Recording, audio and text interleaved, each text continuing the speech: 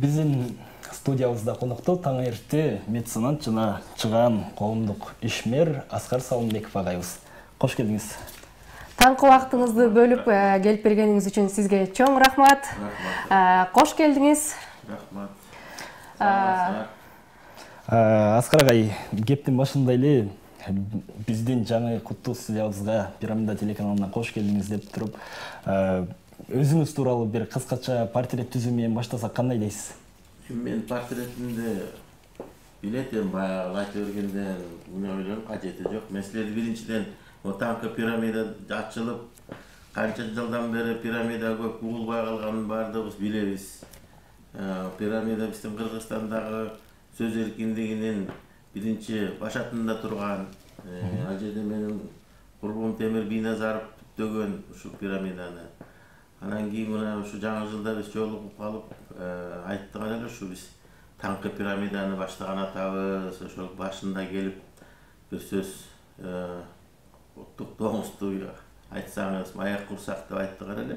Мына ошол манекей бүгүнкү ушу Таңкы пирамиданын студиясы бүтүптүр. Ошол менен силерди чын жүрөктөн куттуктаймын.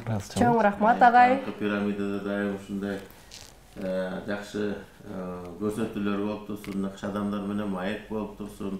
Кыргызстанды мындай уже позитивдүү нукта алып барат деген ойдомун. Пирамиданын тарыхын айттым, аябай тарыхы бай, эң баягы Кыргызстандын эгемендүүлүгүнөн баштап келген, сөз эркиндигинин башында турган деп айтпадымбы? Ошол баардыгыбыз таң калып, кийин баягы Бакиев доорунда пирамиданы талашып, пирамиданы бүт элдин баары коргоп келип, Жан Төшөө көчөсүндө биз дагы барып кол коюп, пирамидадан колуңарды тарткыла, пирамида элдики деген ошондой заман болгон. Ошондой жакшы тарыхы бар. Ошол каналды мен ойлойм, жаштар келип десеңер, жаштар жаңы нукта, жакшы бир маанайда Кыргызстанда бир мындай жакшы нерселерин көрсөтүп, позитивдүү көрсөтүүлөрдү көрсөтүп, жакшы бир дем берип элге ушундай үндөгөн канал болот деген ойдомун. Таңкы пирамиданы мынакей эки жаш экенсиңер, Нурай, Амир, жакшы мындай өзөктүү, жигердүү, маанилүү маселелерди көтөрүп, жакшы ойдо менен ушундай келдим.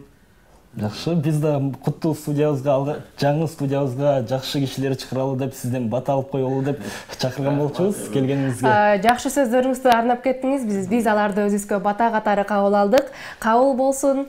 Агай, анан алгачкы эле суроону мен буга чейин бир-эки иш-чарадан сизди жаныңыздан көрүп калып, аябай буга чейин массалык маалымат каражаттарын көрүп жүрсөм, жаныңызда көрүп аябай таң калдым да. Биринчи суроо мына ушул тууралуу болсун. Айтсаңыз агай, мына ушундай ийгиликтүү инсан болуп туруп, анан ошол менен катар жөнөкөйлүктү сактап калуунун сыры эмнеде? Адамдык касиет, жөнөкөйлүк менен ийгилик. Эми ар бир адамдын эң жакшы касиети бул жөнөкөйлүк. Кандай адам улуу адам болобу, өтө белгилүү адам болобу, жөнөкөй карапайым адам болобу, ошол өзүнүн жөнөкөй алып жүрсө, мен ойлойм бул өзүнүн табитинен, эне атасынын тарбиясынан, өзүнүн алган баягы илим билиминен, мектептен, чөйрөсүнөн, алган ошол окуган китептеринен, кандай көп кишилер баягы улуу кишилердин баардыгы жөнөкөй деп айтылат эмеспи, туурабы? Анан эми ал баары эле улуу эле кишилер баягы жөнөкөй болот дегенден алысмын. Бирок баягы ушундай алып жүрсөң, ошол элдин оозунда калат экен. Эл ошол андай адамдарды сыйлайт экен. Ал адам башкаларды сыйлайт экен. Жанагындай бир текеберчиликке алдырбай, адам өзүнүн касиеттерин, сыпаттарын өзүн сактап калса, мен ойлойм ошол адам көп жакшы иштерге да барат, жакшы иштерди да жасайт. Анан бир эле бирдемеге жетип калып, же жумушка, же байлыкка жетип, кызматка жетип калып эле анан кийин баягы өйдөлөнүп текеберчиликке алдырганды баары эле баягы эл бат эле таразага салып эле билип коюп атышпайбы? Ошон үчүн көп нерсе керек. Мындай жөнөкөй болуш үчүнчү. Туура айтасыз. Ошон үчүн жөнөкөй болуш үчүн бир мындай жакшы адамдар менен жүрүш керек. Жакшынын шарапаты дейт го, э? Жакшы адам менен учкаш дейт, жаман адамдан адаш дейт. Ушундай сөздөр бар. Ошон үчүн жаштарга кайрыларым ушундай бир канчалык жөнөкөй болсо ошончолук туура болот го деп мен ойлойм. Туура айтасыз, жөнөкөйлүк адамдын жылдызы дейт эмеспи? Айтсаңыз, сизди эл ишкер, коомдук ишкер, депутат катары таанышат. Ал эми сиздин тандаган кесибиңиз бар да. Өзүңүздүн кесибиңиз кайсы? Менин кесибим тарыхчы. Тарыхчы болуп, мен эми баягы мектепте жүргөндө ошо эми дипломат болсом деген оюм бар эле. Советтер доорунда азыр деле бар. Москвада жанагы эл аралык жана международный институт международных отношений деген бар, ГИМО деген.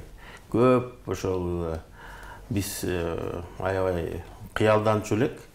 Ошол мен өтсөм деген оюм бар болчу. Анан ошол жактан эжем окуучу Москвадан айтты. Анда мен жашпыз, айылдабыз. Анан аяка айттым, өтө конкурс чоң аскар аяка. Аяка бир орунга 20дан киши. Анан 1-2-3 тил билиш керек. Орус тилден башка дагы английский тилде башка тилдерди билиш керек. Анан ал жерден көбүнчө жанагы дипломаттын балдары өтүп кетет депчи. Анан ошондон кийин ойлонуп калып койдум. Анан кийин менин ошо мектептин директору тарыхчы эле Карыбеков Ахматалы Карыбекович деп. Ошо киши үндөп тарыхчы болушуң керек Аскар деп. Анан кийин ошол тарых факультетине тапшырып, 72-жылы ал жерде бир орунга 15 киши орун. Ошо тарых факультетин бүтүрдүк. 72-жылдан 77-жылга окудук. Жакшы. Иштедиңизби ошол кесибиңиз боюнча? Тарыхчы болуп иштедим. Негизи тарых билген адамдар тарыхты эмеден бердим 4 жыл. 4 жылдай бердим, 5 жылдай.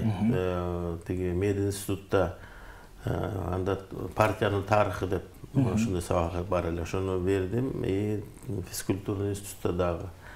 Жакшы. КПССтин тарыхы деп.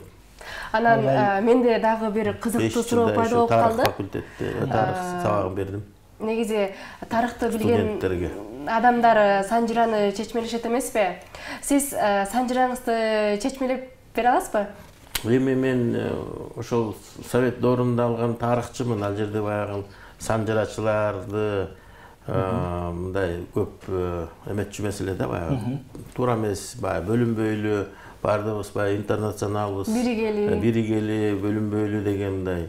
Биз совет доорундагы совет элибиз дегендей кетчүбүз да. Анан менде тарыхчы. Азыр деле мен ошондой ойлойм, баягы эми билем аягыңдан экен, жет атаңды бил. Анан кийин момундай уруулем, анан тигиндей уруулем дегенде мен аябай мындай кыргыз бололучу.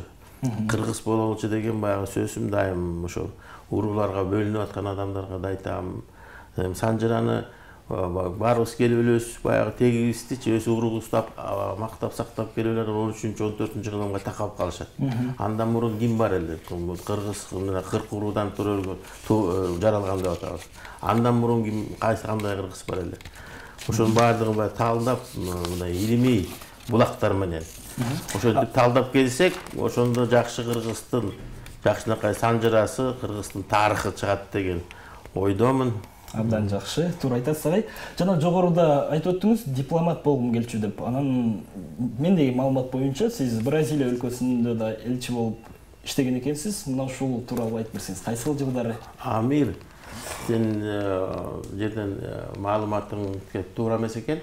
Биз Бразилиянын бияктагы консулубуз. Бразилия өлкөсүнүн биягындагы ардактуу консул деген ошондой бир институт бар. Ар дүйнө жүзүндөгү эл аралык алакаларда ошондой ардактуу консулу деген ошондой институт бар.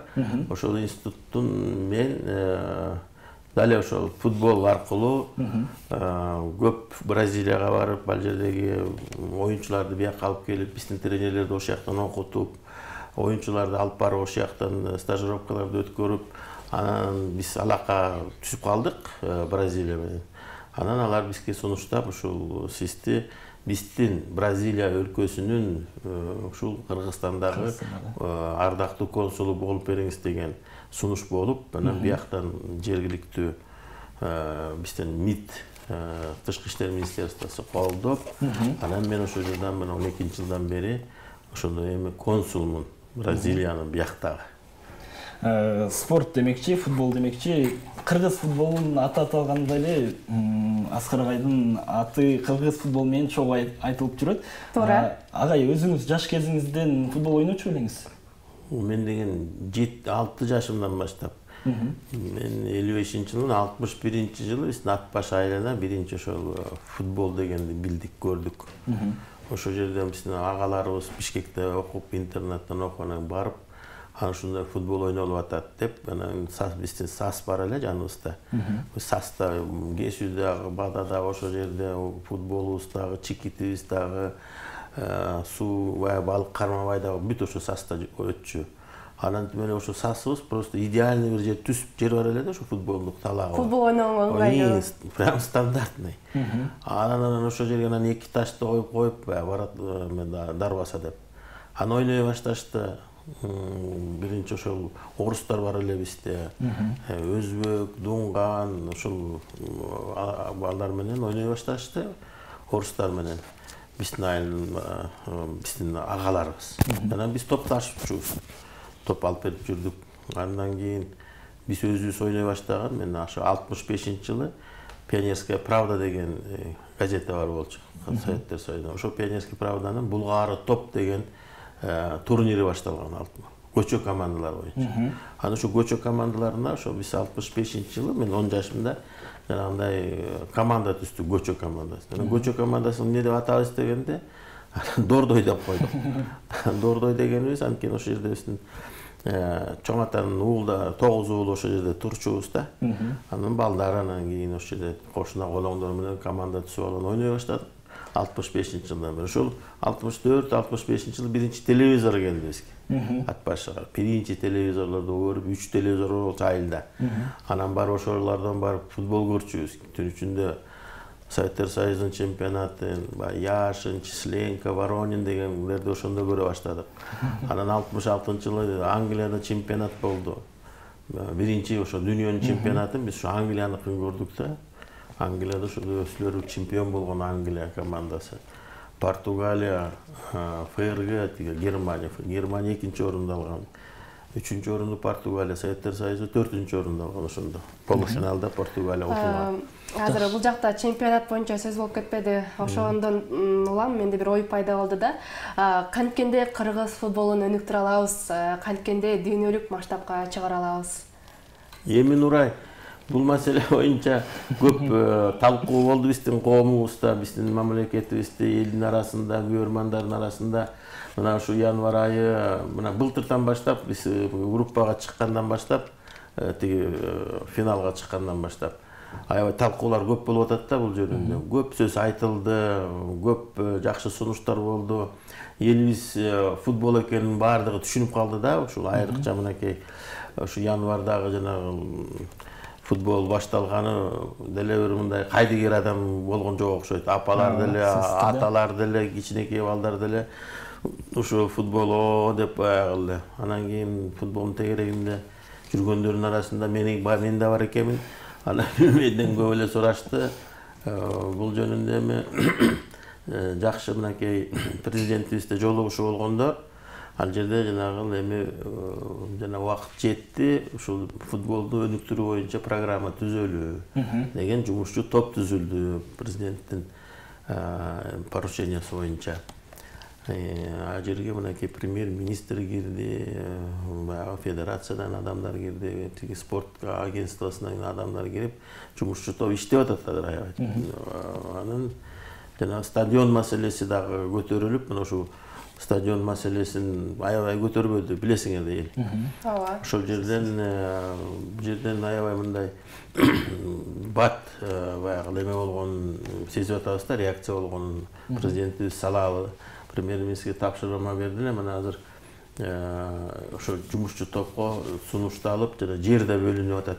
Мынакей жердин маселеси да чечилип калды. Бишкектин түштүк тарабынан. Анан ушу стадионго эми ошол жерге да азыр мынакей 25 февралга дейин мындай инвесторлардын баягы курам дегендердин эмеси да жарыяланды, конкурсу да жарыяланды. Инвестицияны ким салабыз дегенге мынакей эшик ачык, келгиле сунуштарыңарды бергиле деп. Ана şu 25 февралда биз федерация, агентство чогулуп алып, ал жерден анан кийин өкмөттүн өкүлдөрү менен анан жанагындай стадион боюнча маселесин мындай кабыргасынан чечебиз. Жакшы экен.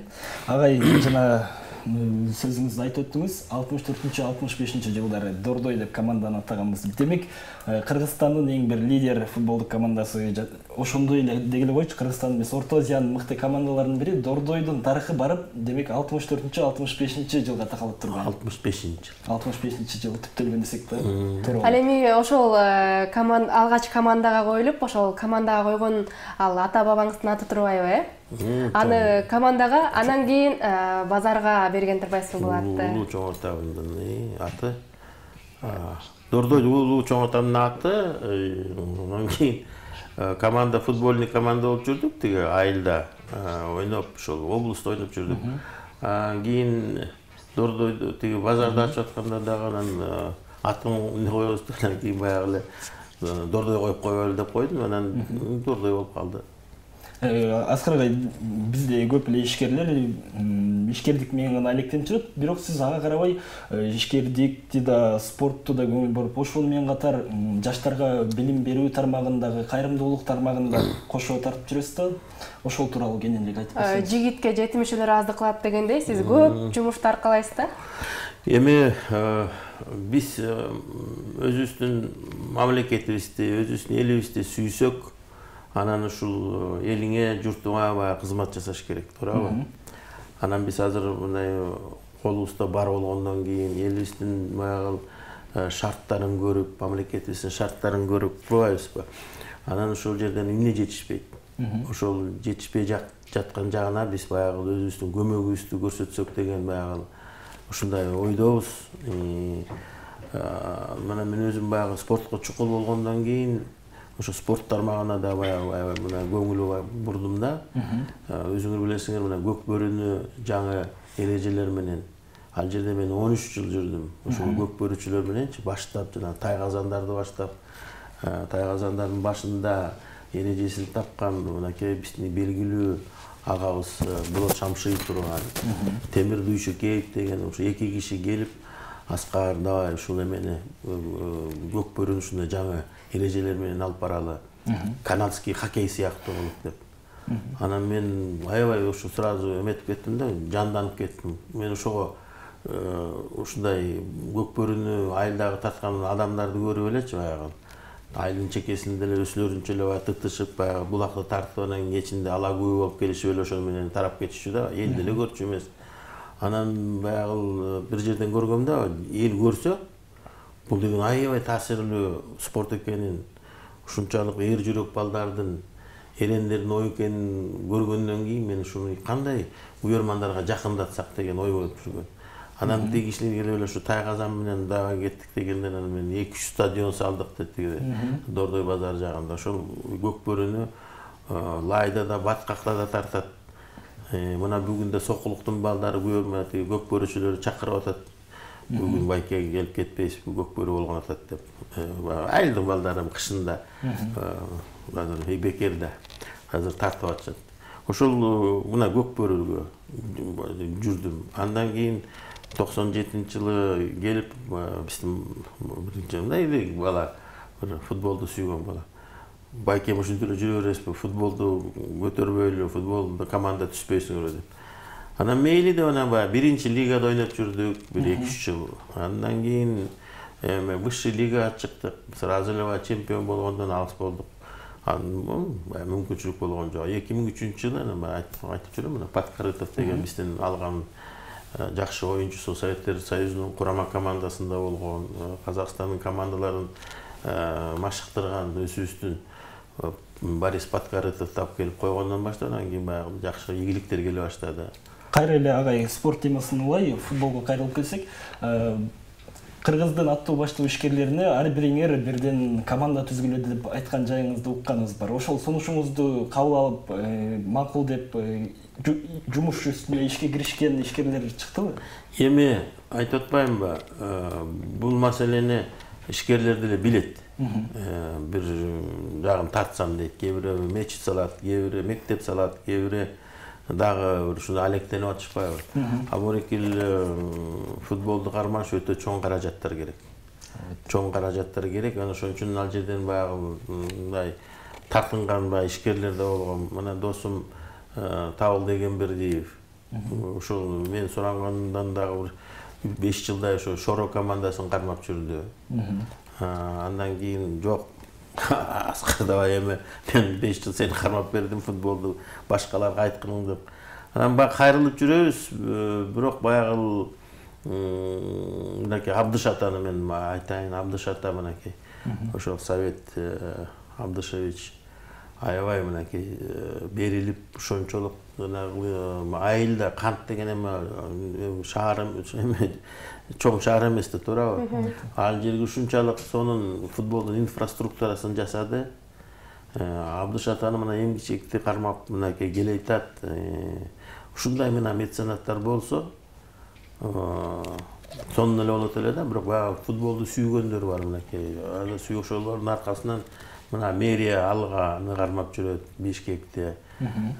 Сейит Аматов деп деген Ошто ал киши жанагы мурун Жаштык Ак Алтын Кара Суу деген команданын базасында азыр Алай Ошту кармап келе атат. Алар мэриянын командалары, каражатты мэрия берет. Мамлекетинде өзүбүздүн жанагы ишкерлерде мынакей ушу экөөбүз эле болуп атабыз. Дагы бир айтып атпаймынбы, бир 4 дагы бир жакшы ишкер, дагы бир 4 команданы коюп койгон, алып койгондо түзүп. Анда биздин ички баягы өзүбүздөгү чемпионаттагы баягы мындай атаандаштык курчуп, күчөп дегендей. Анан кийин ошо канча атаандаштык күчөсө конкуренция. Вот ошондон кийин жанагы балдардын чеберчилиги өсө баштайт. Мотивациясы күчөйт, анткени конкуренция адамды өстүрөт. Сен адамды өстүрөт. Любой конкуренция баардык тармактарда өстүрө баштайт. Айлыгы көбөйө баштайт, атаандаштык. Мен андан эмне кем деп анан кетет анан ушундай да. Ушул рыночный экономиканын баягы эң эмеси мотивация бергени ушул эме да, ушул конкуренция. Конкуренциянын негизинде могу өнүгүп аткандын баары ушул конкуренция. Канча мынакей кафелер деле салынган айтып коелу. Бирден бир өтсө деген баягы. Же болбосо башка эле бир направлениялар. Ну, кандай направление болбосун. Арак чыгаргандар деле баягы арагынын качествосын көтөрөт, туурабы, любой. Ошондой эле бул бардык жерде мына футболдук өзүбүздүн ички чемпионатыбызды эмесин деңгээлин көтөрүп койсок, ошончолук биздин дагы балдарыбыз жанагындай чилдей тарабай, дүйнө жүзүндө тарап кетип атпайбы мынакей. Ошол жанагы Дордойдун 90% оюнчулары алар бүт башка мамлекеттерде ойноп атат. Таиланд ойноп атат, Малайзия ойноп атат, араб мамлекеттеринде, Турцияда, Россияда, Казакстан, Өзбекстан деп коелучу. Ошолордон кийин чогулуп келишип, анан кийин жанагындай курама командабыз жакшы оюн көрсөтүп аткан, ошондон болуп атат да. Эгер ошол өзүлөрүбүз өзүбүздүн чемпионатта канча жакшылык ойносок, балдарыбыз өзүбүздүн анан кийин намысыбызды, желегибизди коргогонго дагы мындай күчтүү чеберчилик менен чыгат эле. Агай айтсаңыз, негизи көп мамлекеттер футболду баардар жашоонун жана мамлекеттердин өнүгүүсүнүн бир ыкмасы катары карап көрсөткөн, көрсөткүчү катары карап кетишкен. Ал эми ушул түшүнүк азыр Кыргызстанда барбы? Эми баардар мамлекеттер деген мына эгер эле ошо Бразилия менен салыштырып көрсөк, Бразилия мурун аябай эле үчүнчү мамлекет болчу да, третий страна деген. Ошол эмеге катарга кирчү бир 30-40 жыл. Бирок ошондо эле Бразилиянын баягы командасы күчтүү, анткени ал жерде саны көп. Анан бирок ошо футбол аябай канына сиңип калган оюн болгондуктан анан ошондой өтө жакыр катмарлардан баягы выдающийся жанагындай Пеле деле, Гаринча деле, башка футболисттер ошо жакыр үйлөрдөн чыгат. Мынакей Месси деле, тиги Роналду деле ошол карап көрсөңөр семьяларын баардыгы. Жөнөкөй карап жөнөкөй адамдар ошол өрөсүлөрү ошол мен алдыга чыгышым керек деген умтулуу болот да баягы ошол балдардан ошол өсүн. Анан ошондой эле мынакей кадыр Африка командасыларынан кандай чыгып атат? Жанагындай эмелечи таланттар чыгып атат. Вот. А бирок жанагындай чоң баягы деңгээлге келгенде, мамлекеттер арасында келгенде, ал жерде конечно жанагындай эмелер баягы кандай экономикасы өсүп атат, канчалык баягы деңгээлде. Анан ошого жараша анан кийин баягы неме болот да. Баягы эмелер түзүлөт. Рейтингтер, оюндардын сапаты дегендей. Жанагы эми Германия, жанагындай мамлекеттер, азыр Бразилия деле ошол мамлекет экен, сильный экономикалардын биринде. Мына бирок Кытайды алып көрсөк, мынакей дүйнөнүн азыр эми алдыга чыгат деп 2030-жылы. Мына, ал Кытай мынакей 11 оюнчуну жана 1,5 миллиардтан мынакей биз биртке болгондо эле Кытайды утуп коймокпуз. Күч атасын баягы тааныбайт дегендей баягы чеберчилик дегендей. Ооба. Эми бул жерде бул экономиканын өсүшүнүн биз баягы буякта кыйналып атканыбызды мына биздин ички чемпионатыбыз көрсөтүп атат. Эгер жанагындай мына эгер бай мамлекет болсок, жанагындай Англияда жанагындай 20 команда бүтүн эле кырчылдашып баягы салгылашып дегендей. Мына Кытай уже көтөрүп алды, 18 команда уже эметип атышат. Эми Кытай дагы аябай көтөрүлөт. Азыр баягы биринчи ступенькасында келет да булар. Анан ойлоп биздики ошондой биздин командабыз ички чемпионатыбызда командалар көп болсо, ошондо дагы биз дагы азыр рейтингден дагы жылганга мүмкүнчүлүктөр бар да. Бирок азыркы келип аткан ордубуз баягы экономика менен бара-бара эмес да. Азыр баягы биздин ошол балдарыбыздын жана жан талашып, жанын берип жанагындай Кыргызстандын намысын коргогону баягы көбүнчө баягы дух менен, дем менен, мындай мотивация, например, айлыктарын же болбосо тиги алган бонустарын, жанагы премияларын тигилерге салыштырганга вообще болбойт. Мынакей Катар жеңди эле 2 миллион фунтка эме алып беришиптир. 2 миллион фунт стерлинг премия ар бир оюнчуга 2 миллиондон. Лондондон квартира алып беришиптир. Кандай сон эле? Бирден машина алып беришиптир. Дагы бир демелерди алып беришиптир. Анан карабайсызбы? Анан эми биздин жанагындай берген премияларыбыз менен алардыкы менен асман менен жер. Асман менен жердей. Агай, бүгүнкү күндө акыркы учурларда Кыргызстанда сизди кыжаалат кылган, ой сынага салган окуялар жана ошол менен катар кубандырган окуялар эмнелер болуп атат? Эми баарыбыздын эми кыжаалат кылган нерселерибиз биздин Кыргызстанда мен ойлогонум эми ушул элибиз көбүнчө баягы саясатташып шайлоодон шайлоого жүрүп атканы, эмне болот деп мурун ушундай айтчу, өкмөт эмне жасап берет экен, анан тигинтип берет экен деп баягы 27 жылдын башындачы. Анан кийин бир 15 жылдан кийин түшүнүп калды, өкмөт силерге эчтеке жардам бербейт, өзүңөр тушоңордо өзүңөр кескиле, баягы кимдиңерди өзүңөр кескиле дегендей да. Анан деп калышты да баягы. Анан баары бир деле көп бир катмарыбыз баары саясатташып элечи баягы. Ошо бир саясатчылардын аркасынан жүрүп эле убакыттарын жоготуп алганына мен кыжаалатмын да. Ошон үчүн мен саясатчыларга да айтат элем, шайлоодон шайлоого келаткан адамдарга да айтат элем, эме депчи, биз эми ушу экономикабызга көңүл бурушубуз керек. Көп болок эле өзүбүздүн жанагы билим, илим жагына көңүл бурушубуз керек. Канчалык мынакей Корея, Япония, Англия өзүлөрүнүн мындай ресурстары жок, жана природный деп коелучу. Кендери жок, дене жок, нефтиси жок, газы жок. Бирок кандай дүйнөнү багындырып алышты. Сингапур, например, мынчалык эле бүт дүйнөдө ошо Сингапурдан үйрөнүп атышат.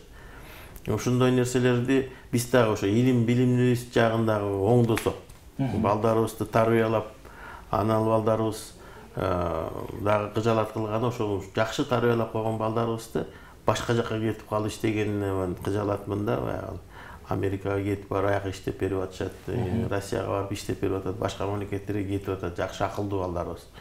Ошондой балдарды чогултуп, ошол балдар биздин Кыргызстанга жакшы бир кызматын өтөп берсе деген ойдо баягы обидно да, өзүбүздүн балдарыбыз башка анан өзүбүздүн балдар ушундай көтөрүп кетсе дегенчи.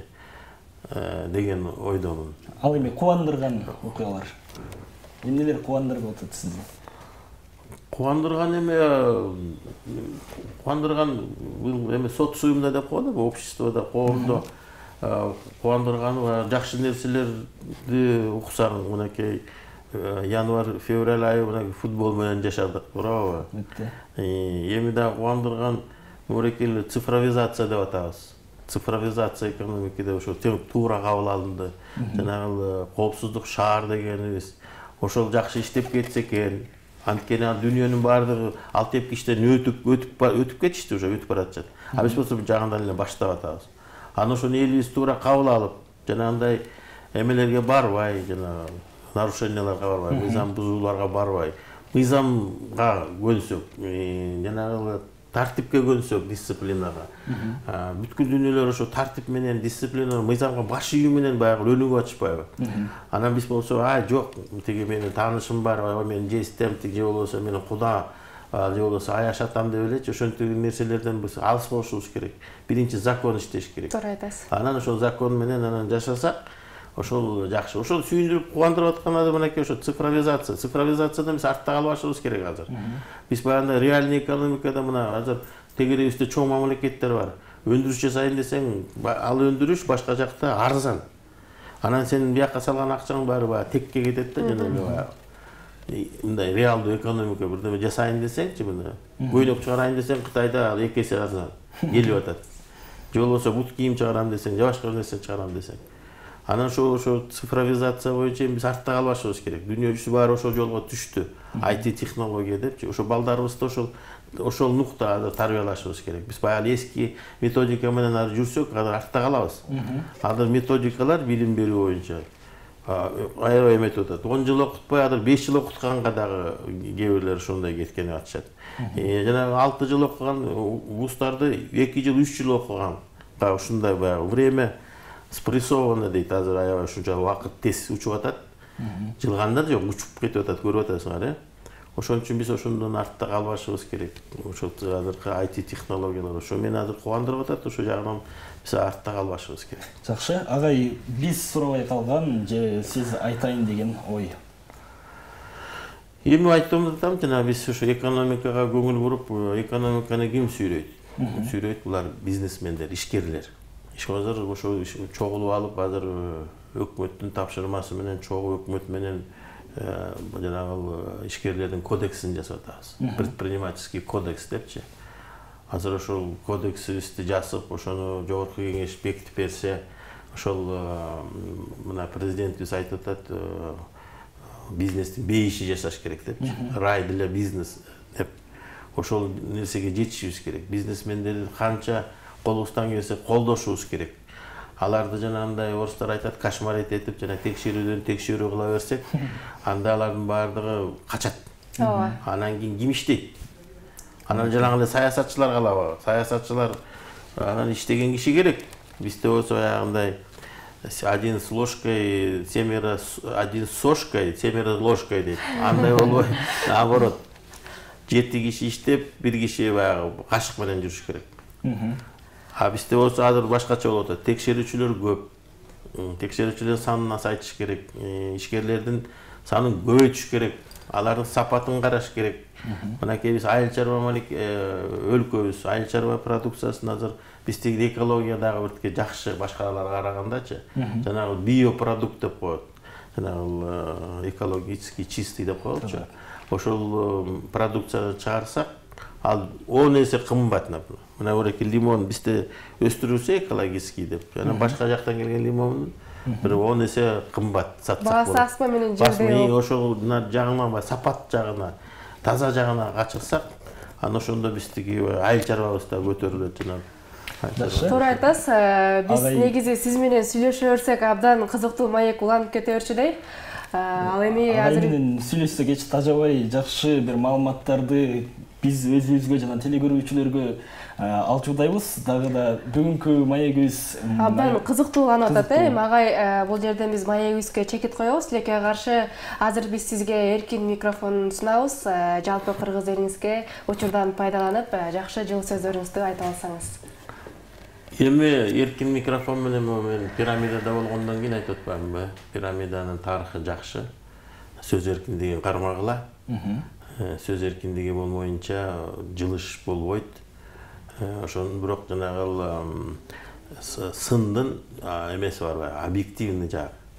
Ошо сын жасаганда бир информацияларды бергенде туура эки тараптуу болуп, анан кийин бирөө келип, бизде билесиңер, ушактагандар болот, жала жапкандар болот.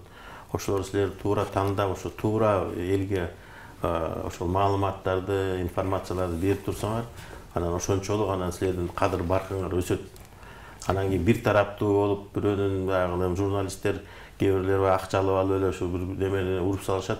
Анан кийин доказывай, что ты баягы аксың, актанганга аябай эме болуп калат да, кыйын болуп калат. Ошон үчүн силерге кайрылганым баягы элге кайрылганым, журналисттерге кайрылганым ушул объективдүү бололу.